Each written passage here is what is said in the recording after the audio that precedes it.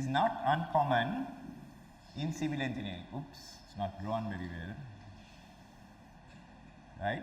This is called an angle section because it is like a right angle. So we call it an angle section, and these are called the legs of a section. Like two legs, we have two legs. This also has two legs, right? And if the legs are equal, this is called an equal angle, right? An equal angle, right? Now, I also told you about various kinds of axes, and my revision is going to sort of look at these different axes so that you get it into your head, right? Now, if I ask one of you to come and draw a principal axis of this equal angle, can one of you help me by coming and drawing it? Right? Somebody right at the back also can come, or somebody in the front, or somebody in the middle, but we need to do it quickly, otherwise I will eat into your lunch hour, otherwise your lunch will get late, right? Who is going to come and draw a principal axis for me? Somebody? You like to? Come. No girl has come before, so come. Come. You don't want to? Huh? Okay. Two gentlemen came and drew in the previous two classes. Who is going to draw it? Would you like to? No? No? Okay. Somebody has to. Yes? Who is going to draw it? Would you like to?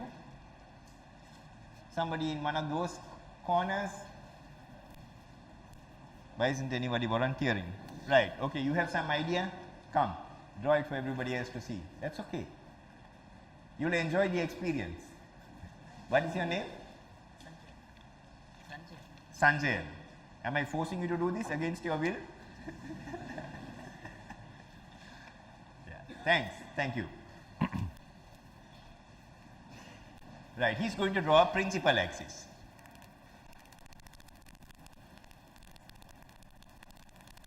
He has drawn two principal axes, right? Okay. Now tell me, okay, now you just drew one at some kind of angle. Do you know what those angles are? What is the angle? But no, you draw it there and tell me. Yeah, that is 90 degrees. So the principal axes are 90 degrees to each other, right? But what is the angle of that x-axis that you have drawn to the leg? Can you guess? 45 degrees, right? So was that a guess? Yes, okay. Right, okay, tell me. Because by the x-axis it's symmetric. It's symmetrical. So you want to draw a symmetrical axis, an axis of symmetry, because an axis of symmetry will be excellent. Thank you. Maybe you want to give him a hand or something like that? Okay. Right, thanks. Okay, so you remember what I told you, right? Remember what I told you. I'll erase what you have drawn and I'll draw it in the way that I want to, but essentially the same, right? So he wants to draw an axis of symmetry. Because if you remember what I told you, an axis of symmetry, I'll write it like this, has to pass through the centroid. So it's a centroidal axis. And I also said in my last lecture, I said this in the first lecture, in my second lecture I said that it is a principal axis. You look at your lecture notes. And I said this reverse is not necessarily correct, right? It's not wrong, that's why I have drawn it in a dotted dashed line. It is not necessarily wrong, right? But you cannot say it for sure. But in this direction, we know that the relationship holds. So when I ask him to draw a principal axis, he spots an axis of symmetry. Not every section will have an axis of symmetry. Some sections will have more than one axis of symmetry. But if you spot an axis of symmetry, that will definitely be a principal axis, right? So this is the principal axis, right? Right. Now can somebody tell me where the centroid of this section is going to be? What can you say? Yes?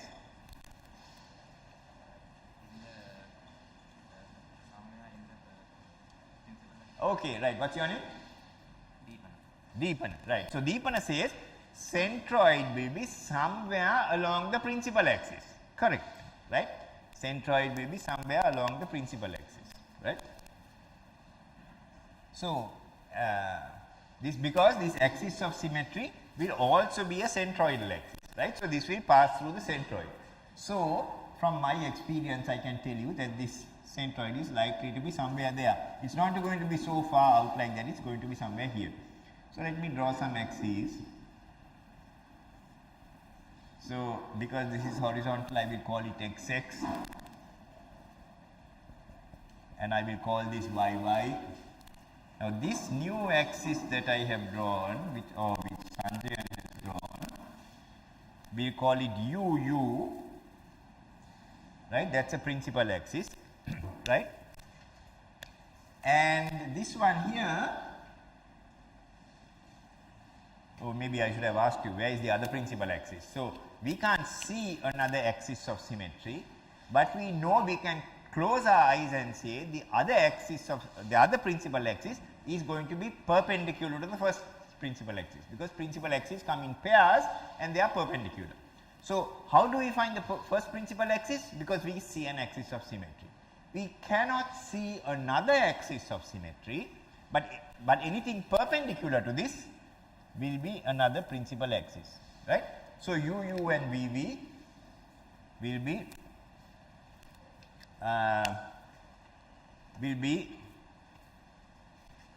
our principal axis, right? Now one of these will be what is called the major principal axis.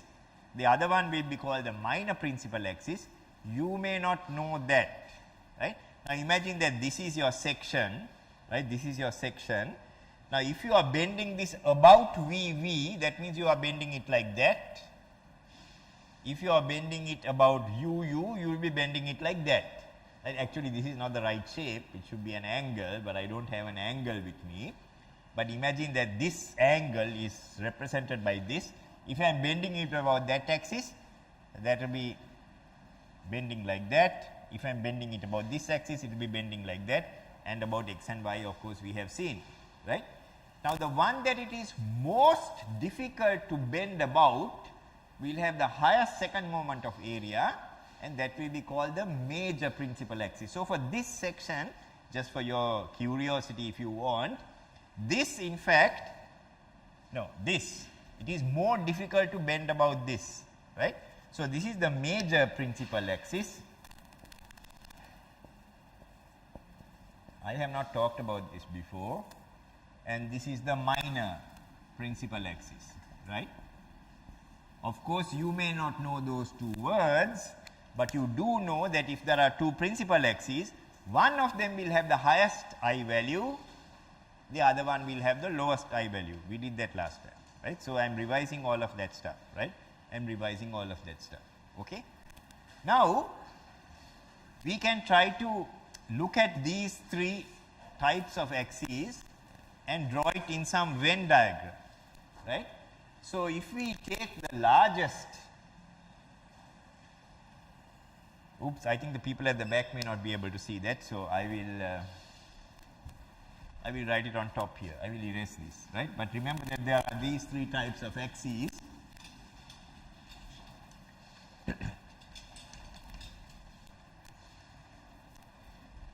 Right? So the one that you can find most of is the outermost set. So these will be the centroidal axes, right?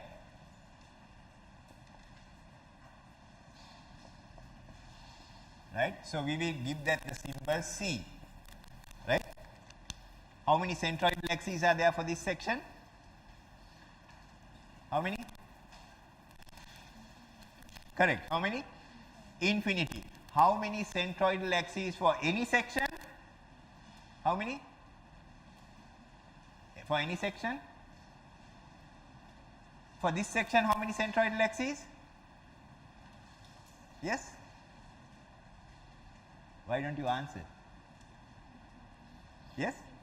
Infinity, yes, infinity, right? You must get used to giving an answer and taking the risk of being wrong, right? You must take the risk of being wrong. Somebody defined education as a safe environment in which to fail. Before you graduate, make sure you fail. If you don't fail an exam, make sure you try to do something that you fail in, because this university is a safe environment for you to fail in. Maybe if you are in semester 3, you take a final year exam paper and you try to do a problem in that and discuss it with your friend. Fail to do something, right? There will be some very good students, so you will all get A pluses in your exams, but you do a paper from the next year and see whether you can do that problem. Try to fail to do something. If you do not experience failure in your undergraduate curriculum, you have not had an education, right? Education is a safe environment in which to fail. So, you must learn to give an answer and take the risk of making a mistake, right? I mean, okay, right? So, that is a centroidal axis, right? Then there will be something called principal axis, right? Principal axis. I am taking a long time over these, right? Some of these centroidal axes will be principal axes, right?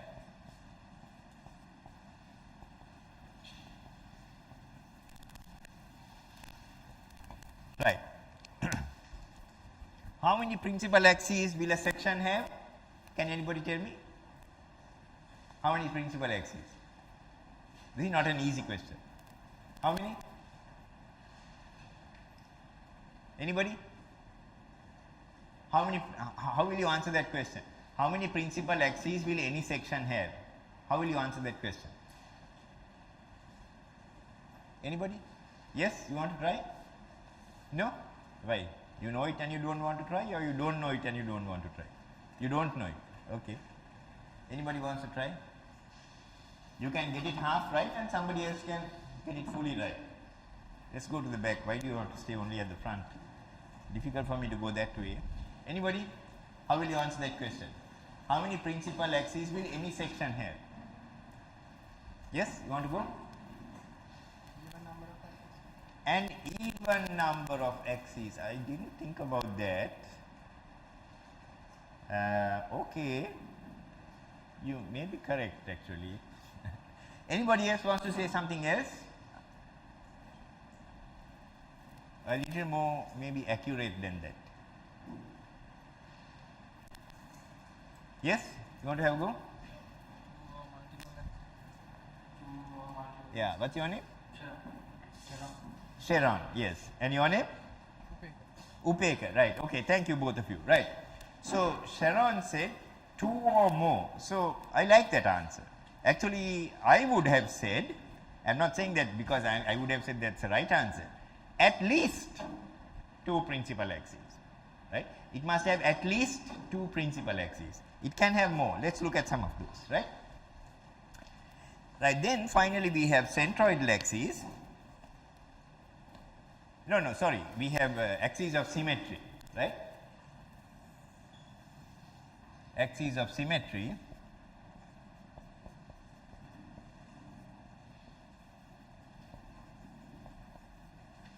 Right. So, there may be some sections without any axes of symmetry, right. I have told you that before, right. So, let us look at this equal angle. I don't know where to write. Can you take this down? I will remove it, okay. I am going to remove this. If you want to draw it, you draw it now, right. Or I'll remove this, doesn't matter. You have drawn this now maybe, right.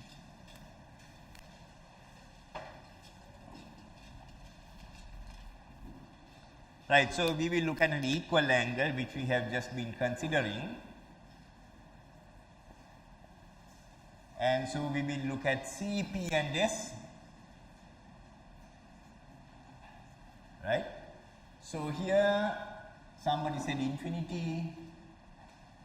Number of principal axes, it has 2 principal axes, right? And it has 1 axis of symmetry, right? So, if you think about a square, right? So, once again the number of centroidal axes are infinity. It has 4 axes of symmetry, and well, I think what I said last time was that if there are more than 2 principal axes, so I think what Sharon said may be actually quite good actually. So, either it will be 2 principal axes or it will be infinity, right? I think you said 2 or more, no, right? So, I think now, because you know actually every time I teach something I learn something also, right? That's a good thing about teaching, right? So, either it switches between 2 or infinity, right? It switches between 2 or infinity, right? So, for a square you have an infinite number of principal axes because there are 4 axes of symmetry. So, every one of those axes of symmetry we know for sure is a principal axis. There are more than 2 principal axes, there are more than 2 principal axes from that argument because there are 4, and if there are more than 2 there should be infinity, right. So, a circle,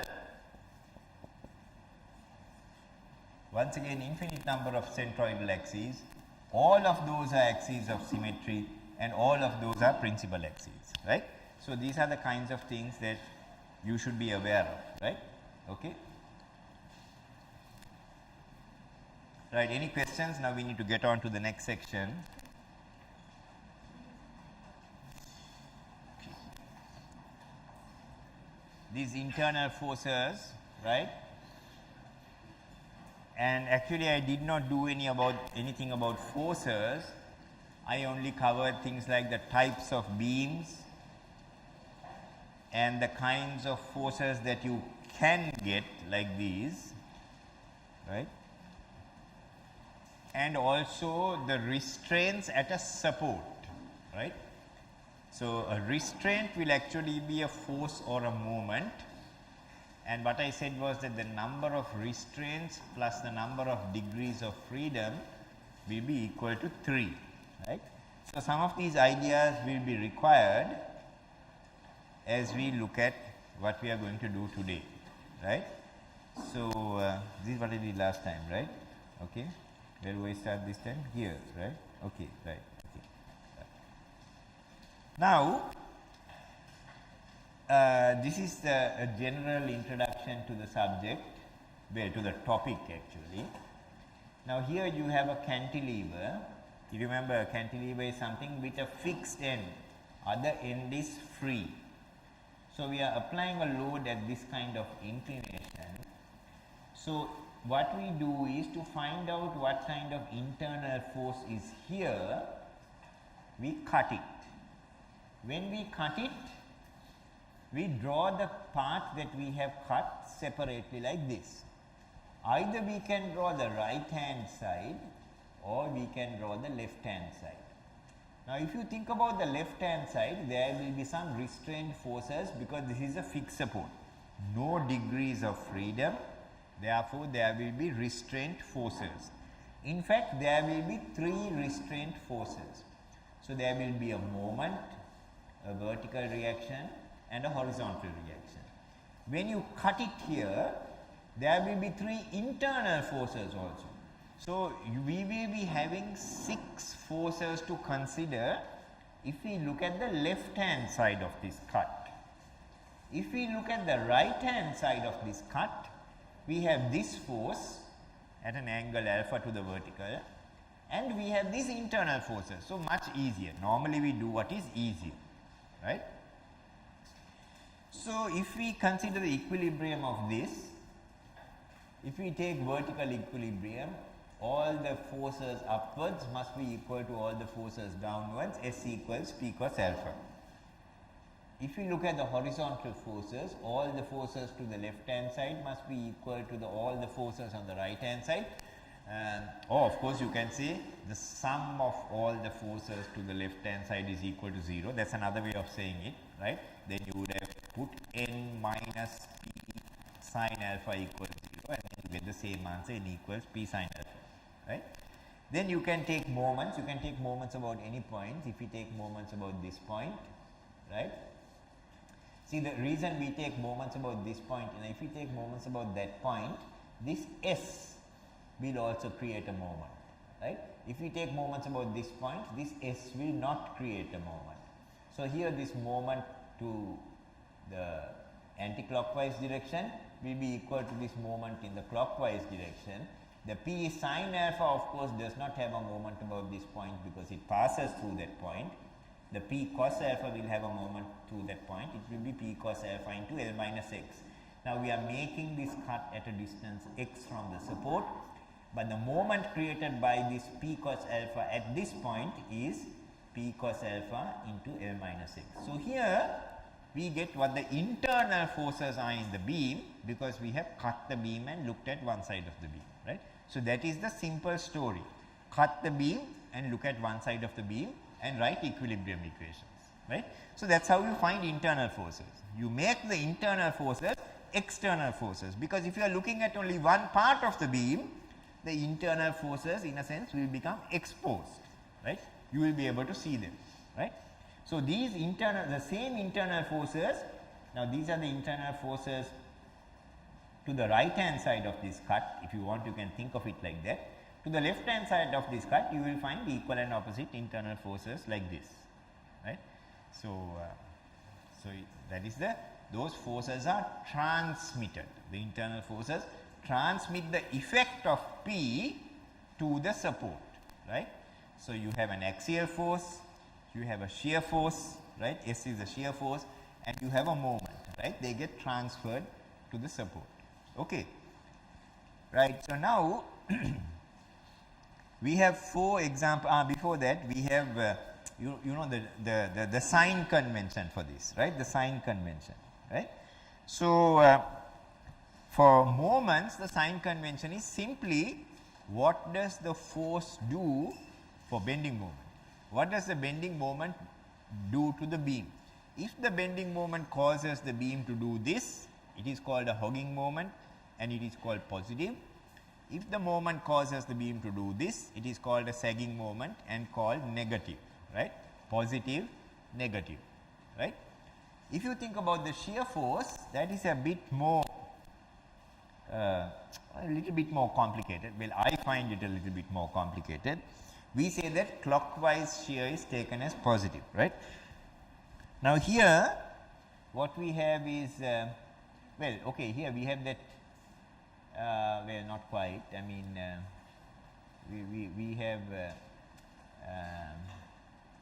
we have some kind of system where you have a force here, and this can be a reaction force and this can be an applied force, but we have cut it here, right. So, when we cut it here, this internal force we have to mark in a way that will cause a clockwise shear, and this internal force will be equal and opposite to that. That also causes a clockwise shear, right. Whereas, if we do it this way in the opposite direction, this is a counterclockwise or anti-clockwise shear, that shear force is called negative, right. So, the positive direction of shear force is the one that causes a clockwise shear, right. Now, an easier way for me to remember that is, if you have a beam and you are cutting it, right, if you look at the two separate parts of that cut, the forces on the left hand side should be upwards, and the forces, the shear forces, and the shear forces on the right hand side of that cut should be downwards. In other words, left up, right down. Here also left up, right down, right. So, I will illustrate this by using now our first example, right. So, some of these things it will take some time for you to digest, but once we go through 4 examples, hopefully you would have digested them, right. Okay. So, 4 examples. We are talking about the 2 most common types of beams, that is a cantilever beam which you can see and a simply supported beam, right. We are talking about the 2 most common types of loads, They are called a concentrated load, which is also called a point load because it is applied at one point, P-O-I-N-T, right? And the other one is called a uniformly distributed load, right? In other words, the load is applied right throughout the beam, right? That we come to next, right? Well, or in maybe example 3, right? So here, this is once again similar to what we looked at before. Here we have a cantilever with a vertical load. So I must also say that although I showed 3 internal forces arising when you look at a 2-dimensional structure, because we are not looking in the 3rd dimension, in almost all of these problems, the load that is acting on the beam will be perpendicular to the axis of the beam, and normally beams are always horizontal, so we are always looking at vertically applied loads to beams, right? Vertically applied loads to beams, right? So if you think about the horizontal reaction, there are no horizontal forces.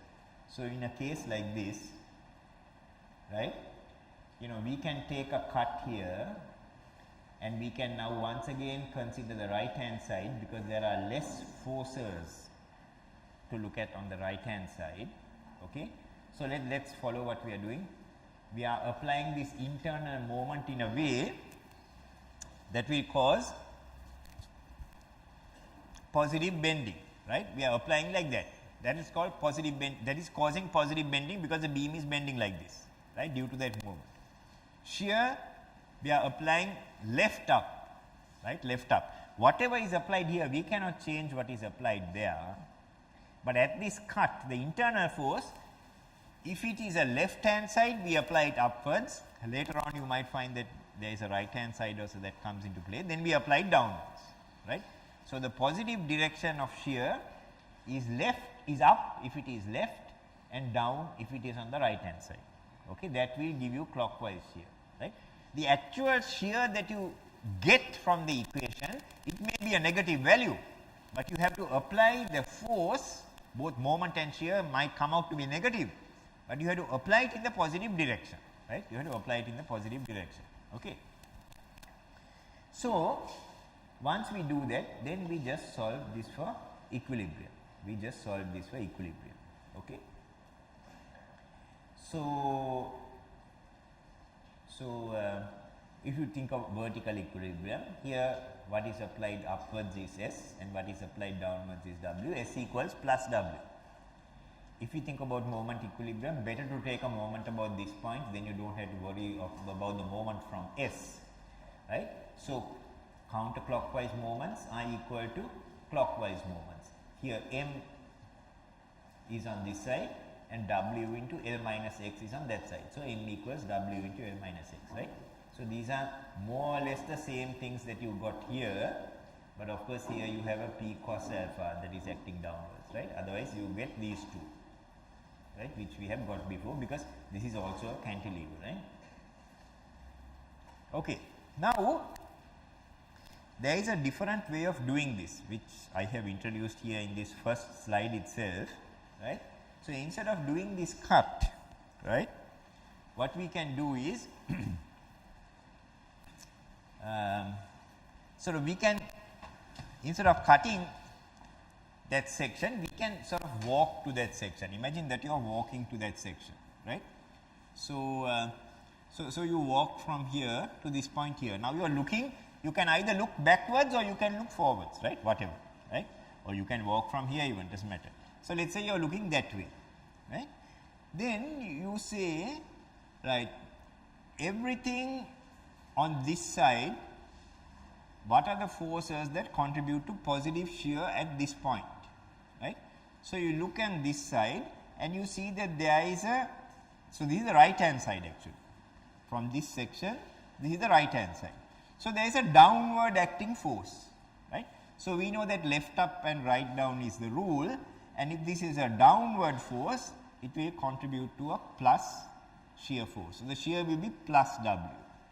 If you think about the moment looking from this side onto this side, there is once again only one force that is causing the moment, right, and the moment at this point by this will be W times L minus X, and that moment also will be in this direction, it will cause the beam to bend like this at this point, right. So, that is a plus moment, right. So, this is a hogging type moment, that is what I have shown here. I have not shown the way that you will do it for shear, right, but we get the same answer, right.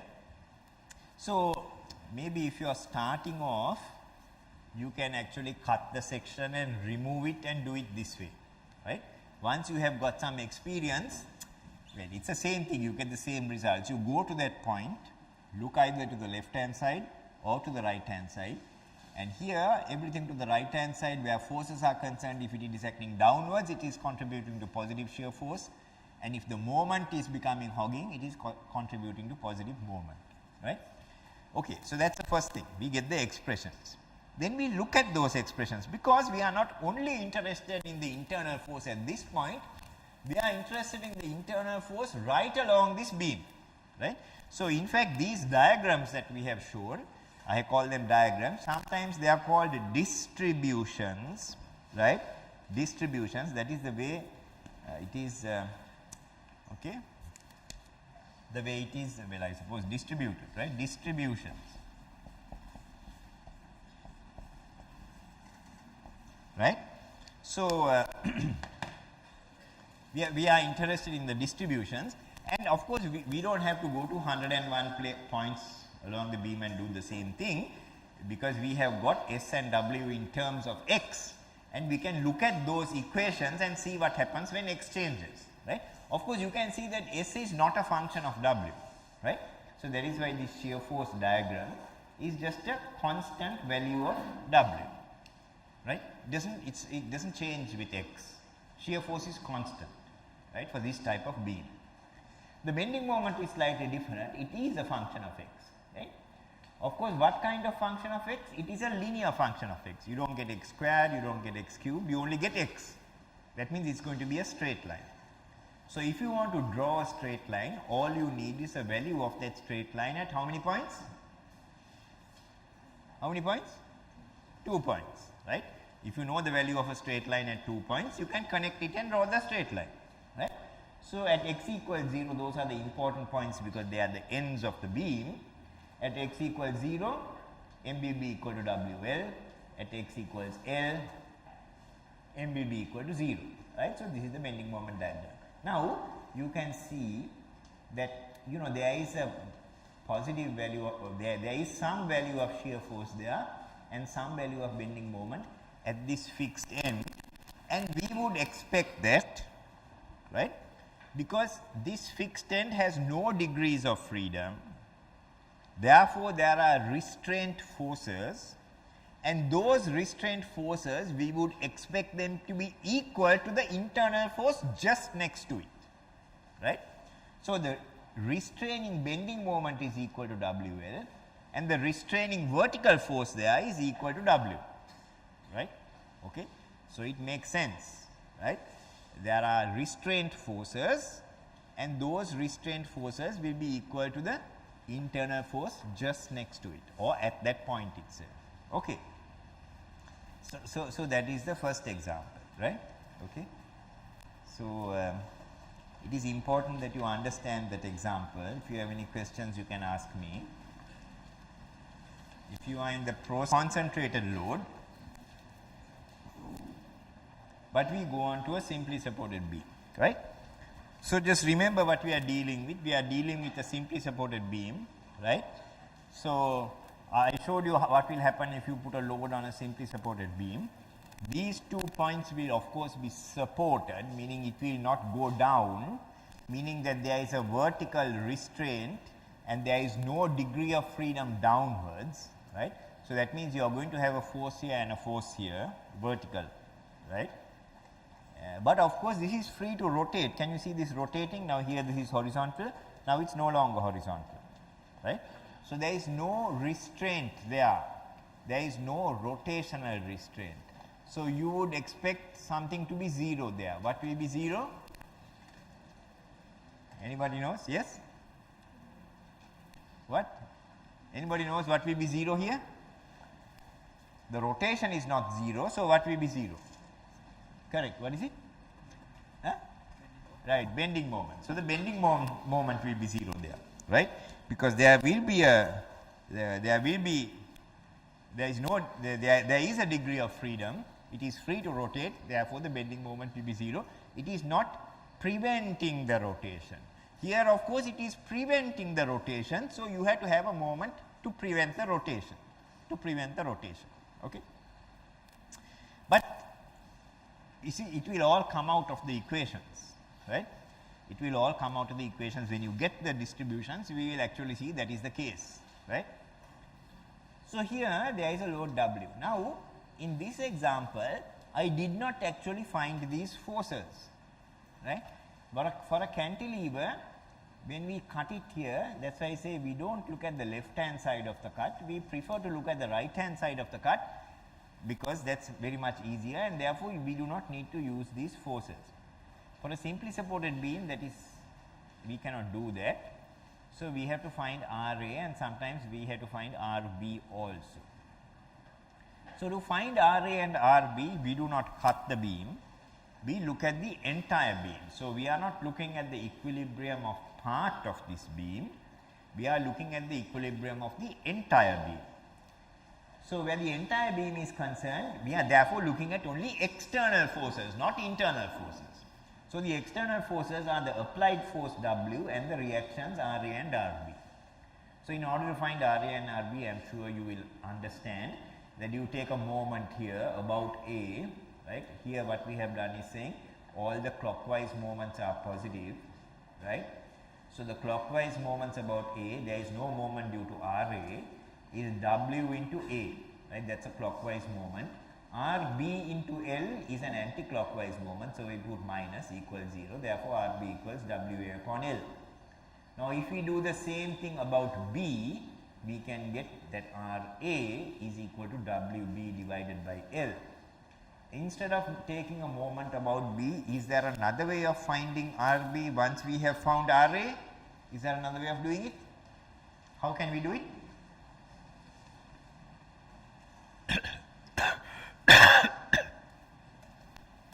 How can we do it? Yes? Show in sign language, yes? Instead of taking a moment about B, is there another way of finding RA? Yes? You have answered the question already. Yes? Without taking the second moment, is there another equilibrium equation that you can use?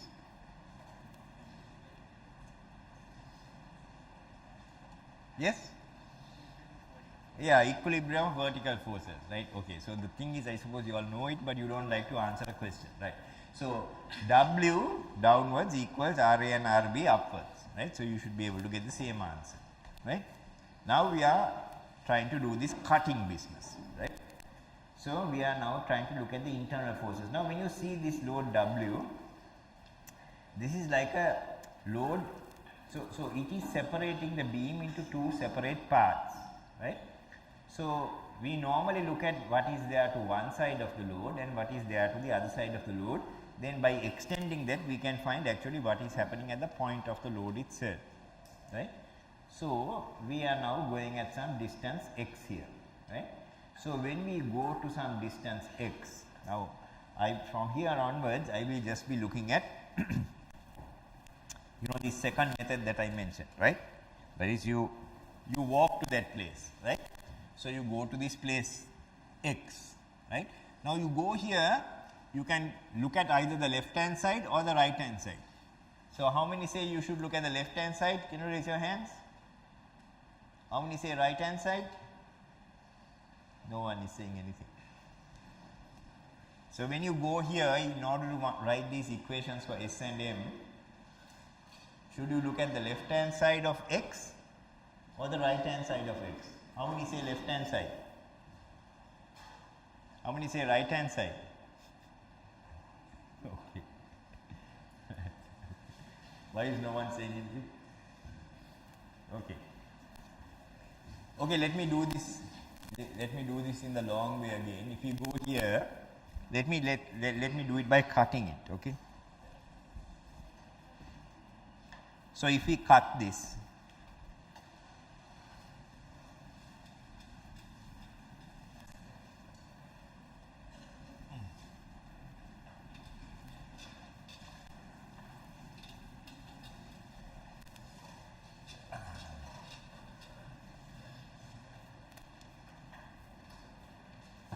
So if we cut this, we will be left with this, right? We have RA there.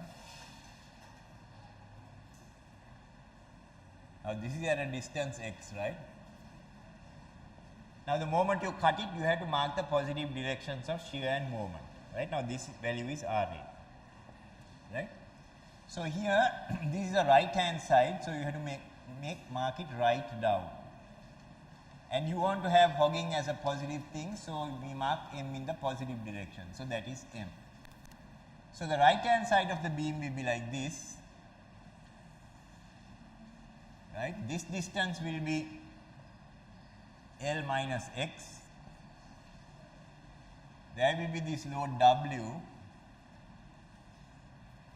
that will be B, right? So here you have RB, and here the shear force will be marked upwards, because that's a left up force, that's the left hand side of that section.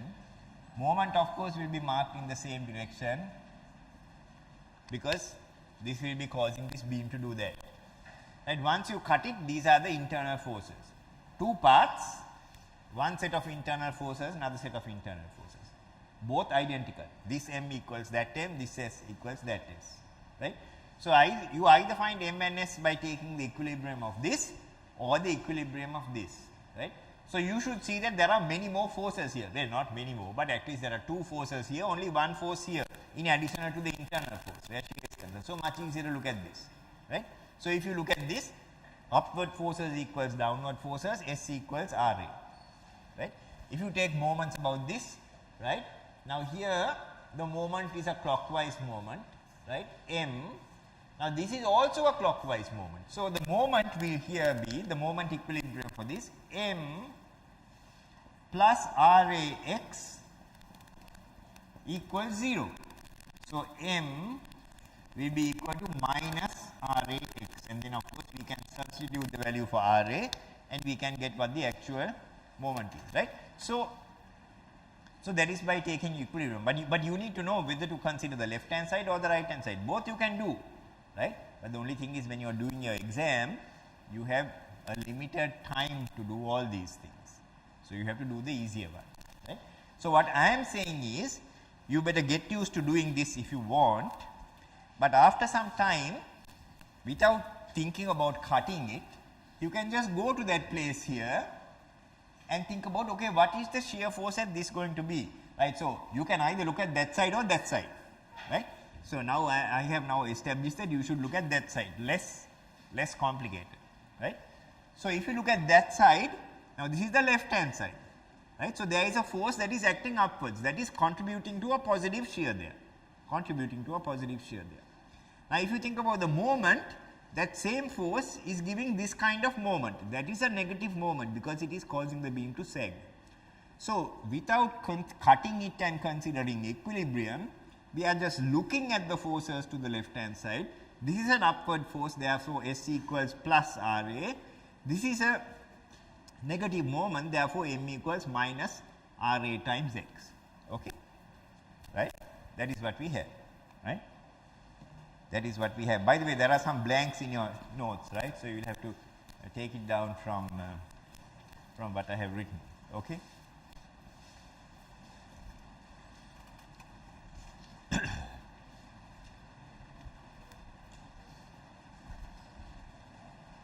So once again you find that S is not a function of X, it's WB divided by L, right? Now of course, you know, we are just looking from here to here, right? Because when this W comes into play, we want to avoid looking at it directly, right? So we are looking at this region. The M of course will be minus RA times X, so this is minus WB times X. At X equals 0, M equals 0, right? Like I said, no rotational restraint. I mean, there is rotational degree of freedom, so no rotational restraint. M equals 0. But at X equals A, M is equal to minus WAB divided by L. Now we cross this. We go to this point here, right? Now if you want, you can draw it for yourself, but say if you go to this point here, so So let me do it again here just to make sure, because this lecture is being videotaped also. So let me draw it here. So when you cross W, right? Is it?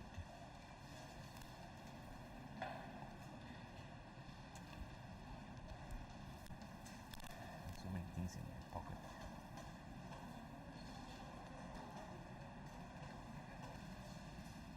So when you cut it, you will have RA there, and at distance A you will have W. Oops, sorry, not W, yeah, distance A. Now this is X. X is on the other side of W, right? And of course, you have RB there, right? So now in the same way, now this is the right hand side, so right down is the positive shear force and that will be the positive moment. Similarly, that will be the positive moment, and now this is the left hand side, so left up, right? Left up will be the positive shear force, right? So we can either look at the equilibrium of this, or we can look at the equilibrium of this, right? I would certainly look at the equilibrium of this, because it is much easier, right? Okay. So this distance will be of course L minus x, right? You have to remember that, because x is measured from the other side. We don't change the direction or the point from which we measure x, we cannot be changing that. But once we come there, we don't look at that side, we look at that side, right? So if you now write these equilibrium equations, you will find that upward equilibrium S plus RB equals 0, S will be equal to minus RB now, right? And if you take moments here, this moment here, this moment in this direction, M plus RB into L minus x equals 0. So M is once again minus RB times L minus x, right? Which is what we have got here.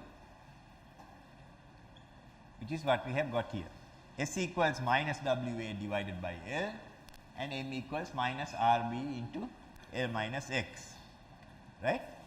Now if we use my method, sort of the walking method rather than the cutting method, right?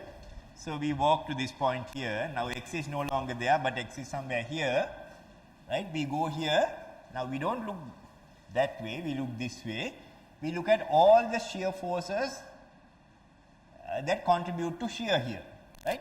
Now if it's a right down force, it will be a positive shear force, but unfortunately this is a right up force, right? Remember, left up, right down. So S here will be equal to minus RB, right? Because if it's going to be a positive force, it should have been downwards, but this is upwards. So S equals minus RB, same thing that you get from there. And where the bending moment is concerned, once again RB into L minus x is the value of the bending moment. Because the beam is doing this, you put minus RB times L minus x. If the beam was doing that, you could have put plus, but due to RB, it is doing that, right? So whether you actually cut it and take the equilibrium of one side, or you go to that point and look at the forces on one side or the other, if you know clearly what you are doing, and if you are cutting it, you have to certainly mark these in the right direction, right? Then you will get the answers. Now once you get the answers, you have to then plot it, right? Because you have to get the entire distribution, right? So shear force is not a function of x, but suddenly there is a step in the shear force. This is WB divided by L positive, this is WA divided by L negative. So the shear force does that. Bending moment, of course, here you can now this is the region, so you cannot have x equals 0 here, because this is the allowable region of x, right? So at x equals a, M equals minus RB into L minus a. Now L minus a is of course b, so that is minus RB into b, right? So RB is WA divided by L, which you have got before, and this is what you get, right? So this value for M minus WAB divided by L at x equals a is the same value that you have got here from this side of this point, right. So, the bending moment goes here and then it goes back here and comes to 0, because at x equals L, if you substitute, m equals 0, right. So, this is the way that the bending moment changes, this is the way that the shear force changes, right. So, there is a step change in the shear force, right. Bending moment is a linear function of x, right. So, you find that there are two linear functions, two lines, right, but shear force is constant, right. Now, if you take the value of that step change, right, value of the step change will be WB upon L minus WA upon L, or simply WB upon L plus WA upon L, that is W into A plus B divided by L, that is WL divided by WL. So, the value of that step change is equal to W, that is in fact the force that is applied at that point, right. So, the shear force is a constant value, in fact equal to this reaction, and it stays that way until it meets a concentrated load, then it takes a step change. The step change is equal to that concentrated load. Then it goes on here, and in fact you will find that this one, although this is a negative value, the actual magnitude of this is equal to this RB force. So, RB actually is WA upon L, which is what we have found there, right. So, we are beginning to see now some properties of this bending moment and shear force diagrams. Okay, any questions? Distributed loads. Right now, this is a simply supported beam with a uniformly distributed load. Once again, as I said, for simply supported beams, we have to find the support reactions generally first. This is a very easy example to find the uniformly distributed loads, because it is symmetrical, right. The concentrated load at one point it will be symmetrical if it is loaded exactly at the midpoint, but in a general case like the way that we saw, RA is not equal to RB. If you have a uniformly distributed load, that means for each length L, you have a load W, right, W per unit length, right. So, for the entire length capital L, the total load will be W times capital L. So, each reaction will be WL by 2, and on the other side also WL by 2, right. So, now I am not going to use the long method, right, I am just using the short method, right. Okay. So, you go to this point, right, you look at the left hand side, right, and you see, okay, what is contributing to positive shear? This is left up, okay, so that is positive. S equals plus RA, then you forget about RA, there is another load here now, right. So, to the left hand side of this, the value of that load is W times X, the total load there is W times X. Now, that is acting downwards, right. So, that is contributing to negative shear here. So, plus RA minus WX. If you think about the bending moment, this will give you a negative bending moment, that is minus RA times X. If you think about this, it will cause the beam to bend like this. When you think about this, you forget about this, right. You forget about the reaction, you take each one in turn, minus RA times X, and here this load is WX. Now, the line of action of that load we can take as the midpoint. So, the force is WX, distance to this is X by 2. So, WX into X by 2, right. Where have you written that? Well, we have not written it here, right. Okay. Well, have you written it? No, we have not, right. Okay, here we have only looked at shear force, right. But with the shear force, you can see, now of course, you know, this is like, this load is continuous like this. So, we do not have to look at one side and the other side like we did before. We can just write one expression, that expression for X will be valid right through the beam, right. So, this is the expression we get for shear force once you put the value of RA, and at X equals 0 this will be the shear force, at X equals L that will be the shear force, one will be plus, one will be minus, and right in the middle here we find that the shear force is 0, right. So, I will come back to this diagram later on in the lecture to reinforce something else. Now what I said about the moment is of course here minus Rax into Wx into x by 2, right? That's what I said. So here this is a substitution for Ra, and now you can see here, oh, now another thing before we come there, now this expression for shear force is a bit different, because earlier with concentrated loads we found that shear force was not a function of x. Now with a uniformly distributed load we find that shear force is a function of x, and it is a linear function of x, right? So that means the shear force will be represented by a straight line variation, right? So these are the shortened forms that I use, SFD, shear force diagram or shear force distribution, right? Shear force diagram, okay? So that's a change, right? So you can see now the bending moment is now in fact parabolic, right? So you may be guessing, and I will tell you why later on, that if S is a function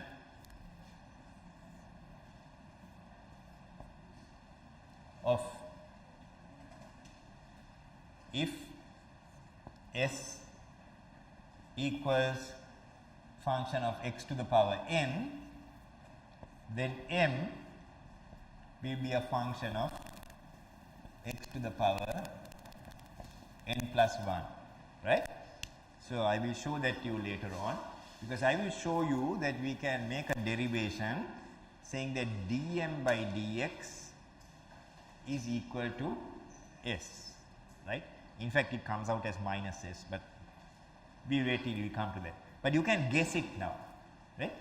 Because in the first two examples, shear force constant, bending moment, linear function of x. Now in this one, shear force linear function of x, bending moment parabolic function of x. So you can guess that, right? It's like by a process of induction, right? So at x equals 0, m equals 0, at x equals L, m equals 0. If you put these in, you can find it out. And at x equals L by 2, which may be an interesting point, that's right in the middle of the beam. In fact, we will find that the bending moment is maximum there, and that is minus WL squared by 2, right? Okay.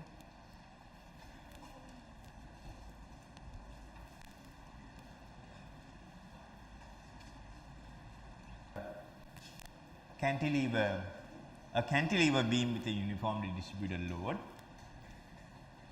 Now, now here if we want, I am just saying we don't need to, but we can find these support reactions by considering the equilibrium of the entire beam.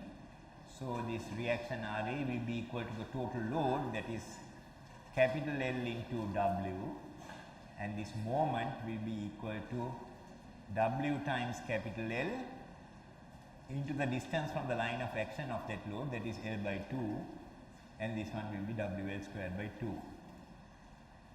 Now if we go to a certain distance x away, now here I have cut it again. I have cut it, and when we cut it, if you want to take the shear force, we draw left up because we are looking at the right hand side of that beam. So shear force upwards equals everything here acting downwards, that is W into L minus x, right? So shear force is equals W into L minus x. So shear force is a linear variation of x like that, right? And here to find the bending moment, I have gone to that same point x. Now here I am just looking rather than cutting, I am looking to the right hand side. So you can see that the forces on the right hand side, which is this uniformly distributed load, is causing it to bend like that. The force there is W into L minus x, because that bit is L minus x. The line of action is L minus x divided by 2, that is from there to there, and this is the expression for mx, right? So once again you get a parabolic variation. You get a parabolic variation, right? You have x squared, and for shear force you have function of x. So at x equals 0, m equals WL squared by 2, same as the external reaction, WL squared by 2. Okay. At this end, bending moment equals 0. And here in the middle, this is only 1/4 of this, right? Because this is a parabolic variation. You find in your notes that I have put that this is WL squared divided by 8. Here of course shear force, this will be half this, because this is a linear variation. At half the length you get half this value of shear force. Here you will get only 1/4 of that value, right? So anyway, we have 4 basic examples, right? 2 most common beams, 2 most common loads, and those combinations. Okay. Now quickly I will go on to 2 other types of forces, where these are, now we talked about point loads. Now we can also talk about point moments, right? So here you have a beam like this, simply supported. So a simply supported beam will not have a moment at its ends due to the load that you cause. So if you put a load like this, there will be no moment here, no moment there. But we can just simply support it, and we can impose a moment, right? We can artificially put a moment there, artificially put a moment there. There are ways in which you can do that, right? So these are not what you call it, reaction moments. These are applied moments, right? So if you look at both MA and MB, they are both positive moments, right? And in order to solve this, we will need to know whether MA is greater than MB or not. And so we assume that MA is greater than MB, and we can get both RA and RB this way, right? So you take moments about B, then if you take moments about B, we cannot see B, but we can see RA times L. That will be in the same direction as MB, and the opposite direction of MA, right? So RA will be equal to MA minus MB divided by L, and if MA is greater than MB, then this will be a positive value, right? Similarly, we can find RB, and RB will simply be the negative of this, right? Okay. So actually we have not taken a moment to find RB, we have just said that RA plus RB equals 0, because there are no loads, only moments, right? So in fact RB will be equal to minus RA.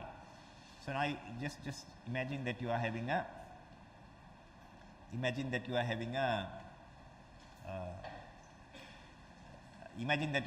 positive moment here, right? So if you have a positive moment there, this beam will try to do that, right?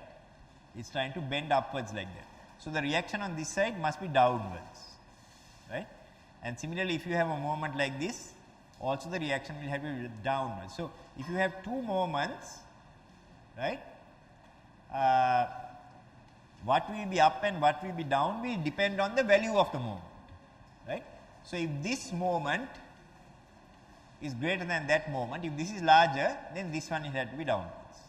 If this one is larger, then this one will have to be downwards. If both moments are equal, what will happen? If both moments are equal, what will happen? What is the value of RA and RB? Correct, 0. If both moments are equal, RA and RB will be equal to 0. You may not be able to see that, but it comes out in the equation. RA equals MA minus MB divided by L. RB equals minus MA minus NB divided by L. Both will be 0, equal moments, right? So now we can go to this distance x, then we can look at now these forces. We look at the left hand side, this is a upward force. So S is equal to plus RA, that is plus MA minus MB divided by L, and the moment will be minus RA times x plus MA, minus RA times x plus MA. So you come up with this, right, and you can get this variation, right. So once again here, the shear force is not a function of x, right. So you will find that the shear force is a function of x only if you have a distributed load. So here there are no distributed loads.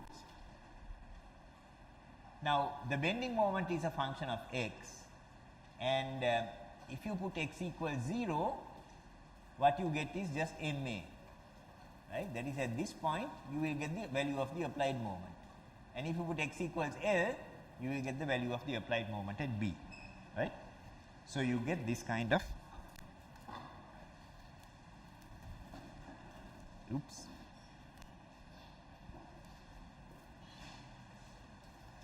Right, okay. So now if you look at the shear force, now I asked what will happen to RA and RB if MA is equal to MB. What will happen to S when MA is equal to MB? What will happen to shear force? Yes? What will that be? What is the value of the shear force? Yes? Yes? What is the value? 0, correct, right? So, when MA is equal to MB,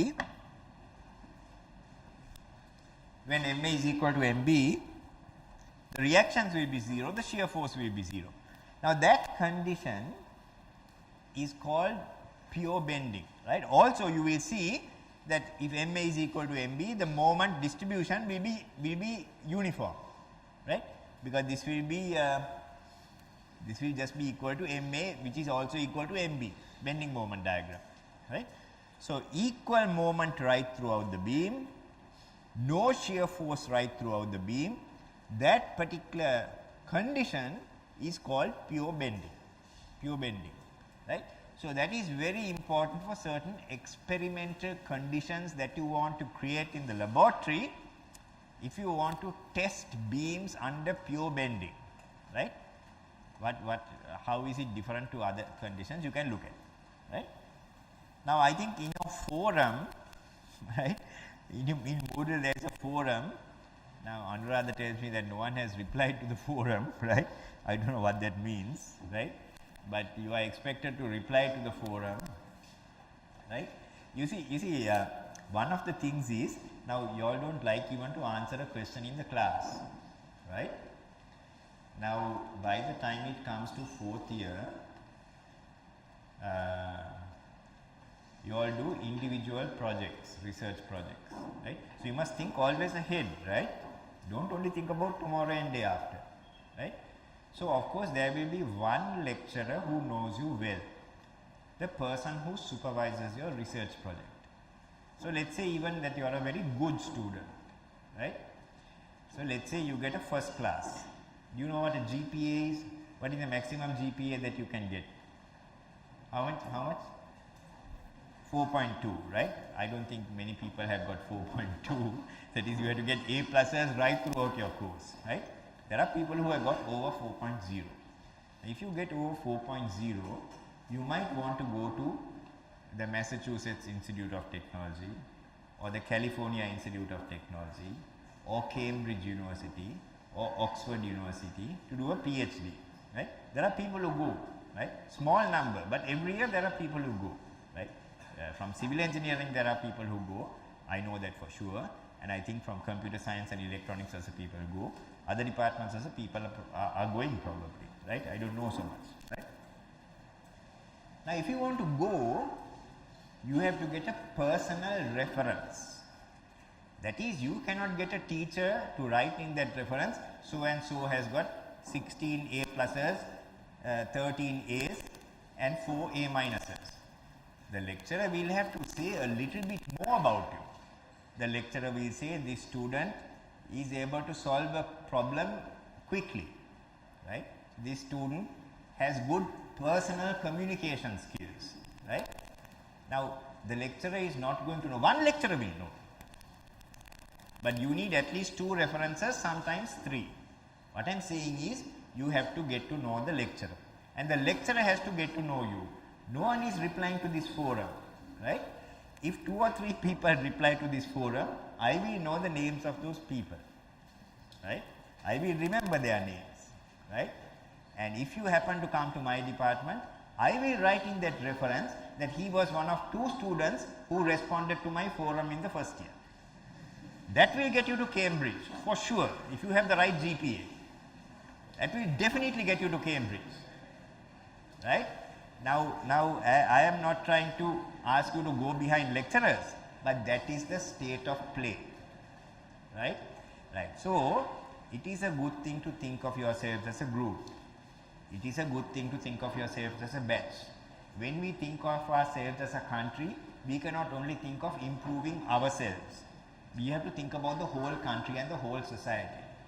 But it is also true that if you want to do some things, you have to be noticed by your lecturers. And for those of you who are not going to higher studies, when you get into a job, if you want a promotion in your job, you have to get noticed by your boss, right? So it is a very difficult thing to know how to, what is the right thing to do, right? We should not unnecessarily try to get our lecturers and our bosses to notice us, right? But if you have the capability to do something, your lecturer needs to know about that, your boss needs to know about it, right? So think about that. I am telling you in semester 1, right? Okay, so so this is example 6, right? Sometimes I give these small sermons in the middle of my lecture. It helps also to pass the time, right? Okay, now this is a different kind of point moment, right? This is a different kind of point moment. There is a couple applied at certain point in the beam. The value of that couple is F times D, right? F times D. So this is supported at A and B, and these are these two forces. So we can get now once again for this entire beam if we apply the equilibrium reactions, right? So taking moments about A, now you have this couple in this direction, FD couple is in that direction, it's in the clockwise direction, RB times L is in the opposite direction. So we can find RB, then we can do vertical equilibrium and find that RA is equal to minus RB, and we can deal with that, right? Then we can write out these relationships, right? Now in this region we go to this point and look at this side and say that S of this is plus RA, because on the left hand side this is a left up force, it's a left up force, right? So S is equal to RA, and moment there, due to this force RA, this beam will be bending like that. That is a sagging moment, right? So the bending moment will be minus RA times X, and so these are the two expressions in this region, right? So shear force is constant, not a function of X. Bending moment is a linear function of X. At X equals 0, M will be 0, right? Although I have not written that because X will be 0. At X equals A, that is the point at which this moment is applied, M will be FDA divided by L, right? Okay, it happens to be a positive value, it's a positive value. Now we cross that point and we go here. So imagine that you are here, and once you come here, it is better for you to look at the right hand side. So if you want to come here, so we would like to see right down forces contributing to positive shear, but we have a right up force. So S here will be equal to minus RB, right? And M, as before, will be negative. So there will be minus RB times X minus, sorry, L minus X, right? Because now this X has come here. So RB is, so this moment here is RB times L minus X, right? So we get these expressions, right? And at X equals A, we can get that M will be equal to minus FDB divided by L. Now I must tell you, say look at this. This happens to be a good example to that. Now this expression for M, see at this point here. So here we go to this point here, look at the left hand side, and this force RA is causing the beam to bend upwards like this, right? Right. So the way that we have marked it, it will be minus RA times X. Okay, but it so happens that the force RA is a negative force, and actually the value of this moment at A in fact is a positive moment, right? That's a positive moment, but you don't have to worry about that. You have to just mark your forces and reactions in a consistent manner, right? So once you do this, RA will become minus, right? But you don't then go to think that this RA is minus and then you should write something else. The value for M here will be minus RA times X, right? Because that is this force marked in the upwards direction will cause a sagging moment, right? So if this force happens to be minus, then the moment will become plus, right? It will look after itself. Right? Now what I want to show here is the way that this shear force and bending moment diagrams come out. So the shear force here is the same, minus Fd upon L, same that you got on that side, right? So the shear force actually now it is a minus value, you know, this is the baseline from which you draw the shear force, right? That's that line. Everything is to the negative side of that, right? Everything is to the negative side of that, okay? But the bending moment diagram is now a little more active than the shear force diagram, right? Okay. This bending moment diagram, on the left hand side of that couple, like I said, it's a positive moment, it does that, right? And then on the right hand side, you know, you find that the moment variation is from here to here. Moment will be 0 here and here because this is a simply supported beam, right? Now you can see earlier we saw step change in the shear force diagram due to a concentrated load. Now we see a step change in the bending moment diagram due to a concentrated moment, Fd, right? So at that point there is a point moment or a concentrated load. So this jump or this step in this bending moment diagram is equal in fact to that value Fd, because if you add this and this, the numerical values of that, you will find that the value of this step change is equal to the value of that applied point moment, right. So hopefully the first 4 examples give the normal types of forces on the typical beams that you encounter. Then 5 and 6 give you some sort of maybe a little more unusual types of loads on beams, right. Okay. So you need to be able to handle all of that. There are some other types of things also that I will look at next time and also in a tutorial, right. So I will spend some time both giving the tutorial and doing some of the tutorial problems next time, right. Okay. But I have one more, so this one also I will do next time, right, it is not in your notes. See this one here, it has a hinge here, right, it has a hinge. So that is another slightly unusual type of beam. It is not an unusual type of load. Of course, you find that this is a mixture of a point load as well as a uniformly distributed load, but there is a hinge here. So there are some slightly unusual features. So you need to know how to tackle those. I will do it next time, right. Today I want to finish with what I promised before, that is this relationship between the shear force and bending moment, right. How we can derive a very general expression for the relationship between a distributed load, shear force and bending moment, right. So we do it using well, whether it is Newton's or Leibniz's calculus, I am not sure, but we do it using calculus, right. So what we say is that we consider that this load W can be any function of x, right. With the load that W also can be a function of x, right. Here we talked only about the shear force, right. So now so far we have only 2 types of loads. One is a point load. I am not sure what function of x that is. That is not a distributed load, actually a point load, a uniformly distributed load, right. So uniformly distributed load is a 0th order of x, right.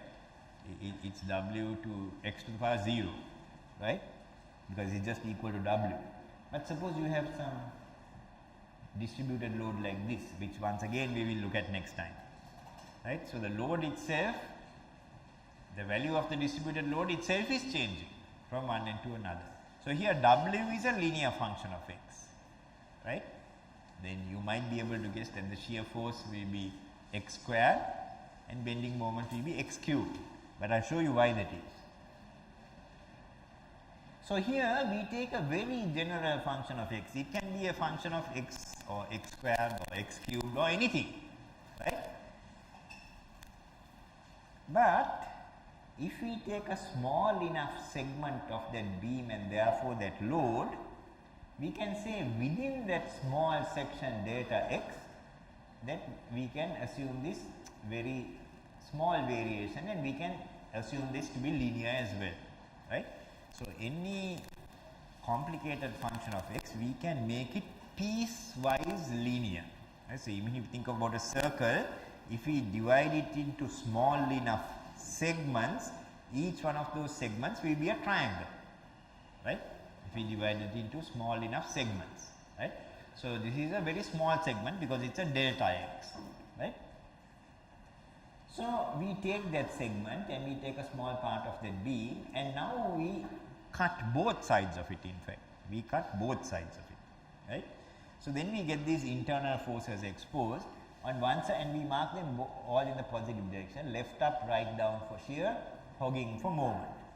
But over this length delta x, we assume that both the shear force and the bending moment also change, just like W also changes. W changes from W into W plus delta W, shear force changes from S to S plus delta S, and M changes from M to M plus delta M. Now, we can get the relationship between W, S and M by taking an equilibrium of this small incremental or infinitesimal part of the beam, right. So, that is what we do. So, there are two equilibrium equations we can write, because like I said, there are no horizontal forces, therefore, horizontally it will be just 0 equals 0. But for vertical equilibrium, if we take vertical loads downwards, those will be S plus delta S.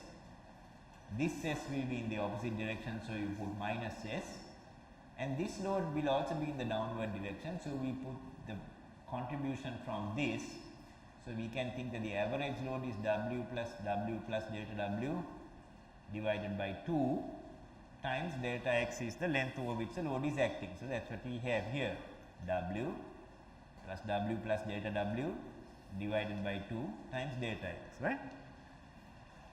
So, we can simplify this and we can get this expression here, right. So, then here we can get minus Wx there, and here we get minus half into delta W into delta x, right. Now, when we do these types of computations, we say that we neglect second order terms and higher, right. So, one way of thinking about that is, so in an expression, if you have something like some expression for say A or something like that, let us say it is equal to 100 times 0.001 plus 0.001 times 0.001, something like that, right, because these deltas are something like 001, right. So, this one of course we cannot ignore, that is something like W into delta x, right, but here this one we can ignore because that is a second order term. So, that will be a very, very small number, right. So, that is one way that you can think about it, but what we say, what shall we say, I mean technically is that we neglect second order terms and higher, right. So, this part we can ignore, then which leaves us with a very nice expression, that is delta S by delta x, because if we take the delta x downstairs here, it will be minus W. And as delta x tends to 0, we can write it in the ds form, in the calculus form, that is ds by dx equals minus W. So, that is a relationship between the rate of change of shear force and the load intensity at that section, right. Now, so the shear force can even change from section to section, right, from one section to another section it can change, right, but so far we have not seen it doing that. So, let us look at this one, right, this one here. Now, what is the shear force there? Shear force is WA by 2. So because this is changing in a straight line way, we look at the rate of change from here to here, because that rate of change is constant, right? The slope is constant, right? So the rate of change from here to here of the shear force is WL by 2 minus 0 divided by L by 2. Change divided by the length over which it changes, right? So what is that change?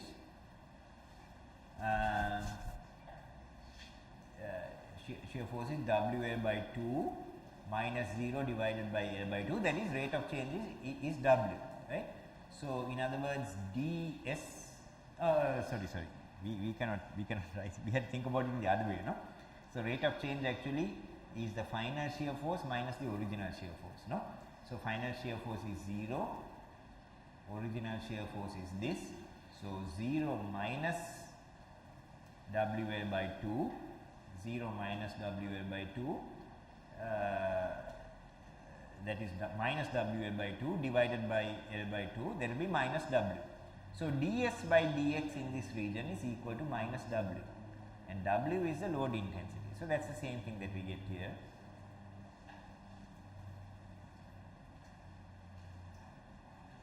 Right?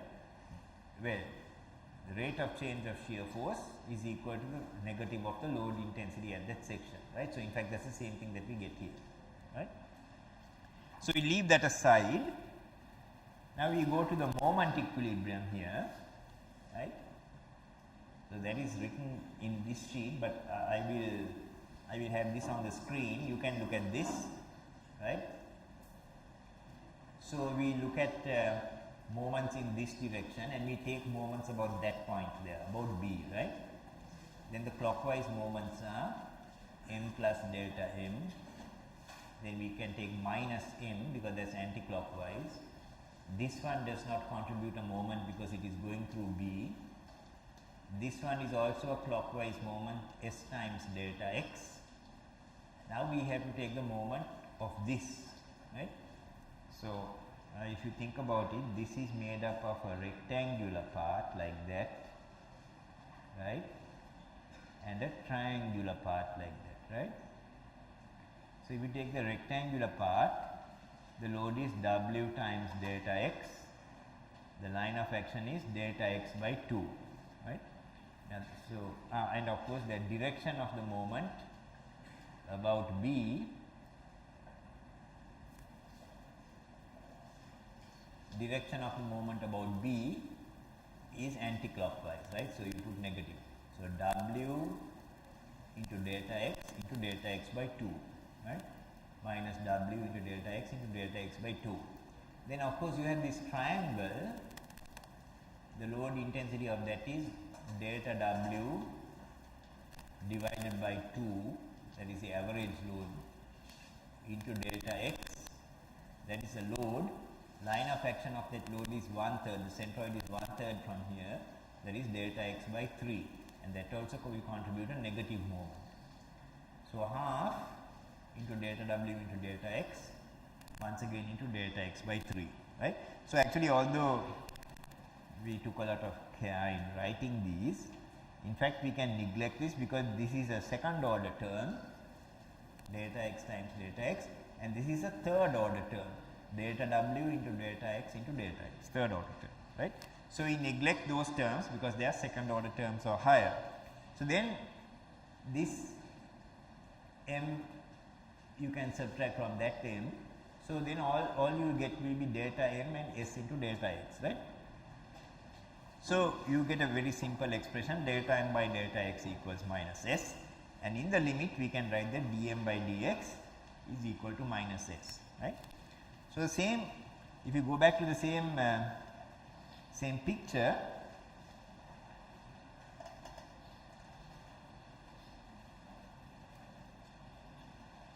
okay, we go back to another picture. So we go to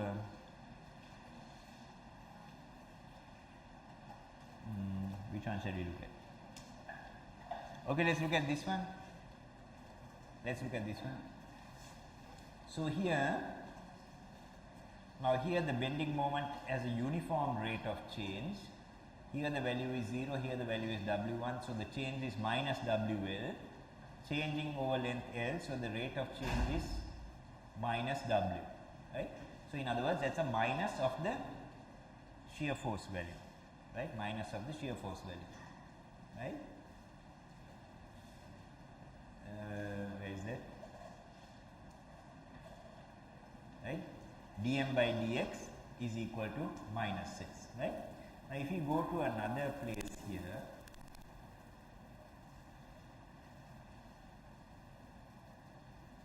now here the rate of change of the bending moment diagram is also changing continuously because the slope is not uniform, right. So you find here that there is a particular dm by dx here, that dm by dx is becoming smaller here, smaller here. In fact, what is the value of dm by dx here? 0. Value of dm by dx is 0 there because it is a turning point, right. In fact, we know that the bending moment is maximum there because it is a place where dm by dx is equal to 0. Now dm by dx is equal to minus s, right. So that's why we get shear force is 0 there.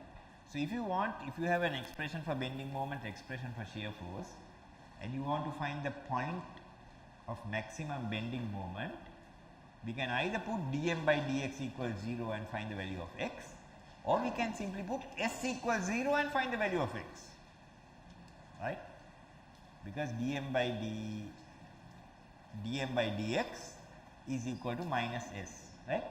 So in other words, so it is understandable that the rate of change of bending moment is also changing all the time because the shear force is changing all the time. Shear force is changing all the time, right. So I have used these earlier examples just to illustrate this, but we can use this in a very useful way or powerful way to solve some problems, which I will do next time. But before we go there, we can now also get a relationship between m and w by taking the derivative of this also. What is d by dx of dm by dx, right. In other words, d2m by dx squared will be equal to minus ds by dx.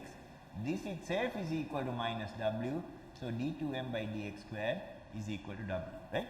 So in later years, all of you, whatever branch of engineering you do, will be using these. These are called differential equations, right, differential equations.